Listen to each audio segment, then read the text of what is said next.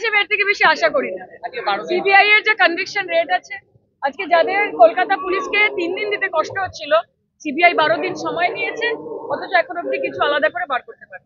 এবং আমি as an individual মনে করি যে সিবিআই এর নিজেদের তাদের ক্রেডিবিলিটি, তাদের কেপাবিলিটির ওপর আমার যথেষ্ট সন্দেহ রয়েছে। এবং এটা আমি না, এটা ডেটা বলে তাদের কনভিকশন রেট 1% এরও নিচে।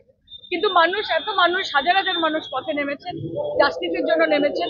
মমতা বন্দ্যোপাধ্যায় একজন মুখ্যমন্ত্রী হিসেবেও সবসময় চান যে justice should be delivered and within time and without delay. আমরা আশা করব যেটার জন্য এত কিছু, যেটার জন্য এতগুলো কণ্ঠস্বর এক হয়েছে, সেই জাস্টিস হোক, সেই বিচার যেন পায়। ওনার ভূমিকা কিছুই না। বিরোধী দল বলে প্রথম কথা পশ্চিমবঙ্গে কিছু নেই, এবং যারা রয়েছেন তারা শুধুমাত্র রাজনৈতিক উদ্দেশ্য প্রণোদিত ভাবে মমতা বন্দ্যোপাধ্যায়কে কালিমালিপ্ত করার চেষ্টা করছে। মানুষকে একটা জিনিস বুঝতে হবে, আজকে কোনো মুখ্যমন্ত্রী চান না যে তার শাসনকালে তার রাজ্যে এরকম ঘটনা ঘটবে। এবং যেখানে মমতা বন্দ্যোপাধ্যায় তিনি মহিলাদের, মা বোনেদের সরকার চালান, এটা আমরা বলি না, এটা গোটা দেশের এনসিআরবি রেকর্ড বলে যে কলকাতা হচ্ছে সর্বপ্রথম ইন ওমেন সেফটি।